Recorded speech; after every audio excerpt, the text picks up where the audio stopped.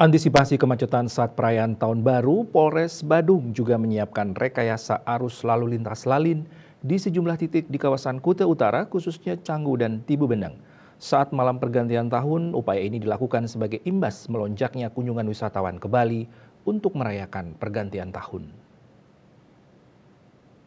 Teguh Priyo Wasono menjelaskan seperti pencurian, perkelahian hingga bentrok dipicu minum minuman keras.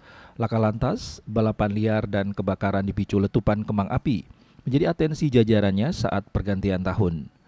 Terkait lalu lintas, akan dilakukan rekayasa arus lalu lintas lalin di sejumlah titik di kawasan Kuta Utara, khususnya Canggu dan Tibu Beneng. Jalur yang jadi fokus yakni Jalan Pantai Brawa, Jalan Pantai Batu Belik, dan Jalan Subaksari.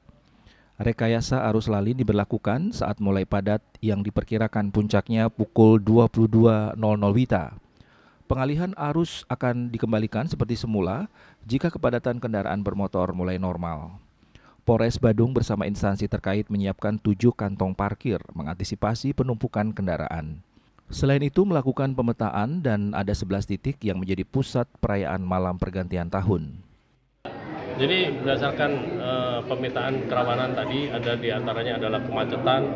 Ini mengingat di tempat kami ada 11 tempat hiburan, tempat wisata melaksanakan kegiatan perayaan malam tahun baru. Ini kita menempatkan personil di sana. Kemudian juga kita lakukan upaya rekayasa lalu lintas. Ada 2 skenario. Yang pertama, ini kita laksanakan sebelum jam 22. Ini tujuannya adalah kita masih memberi kesempatan dari para pengunjung tempat-tempat tersebut untuk menuju ke tempat parkir yang telah ada.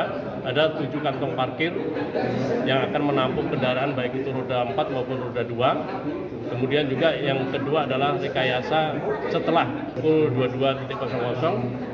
Ini sebagai antisipasi untuk bubaran dari wisatawan atau pengunjung tempat-tempat yang akan melaksanakan perayaan malam tahun baru.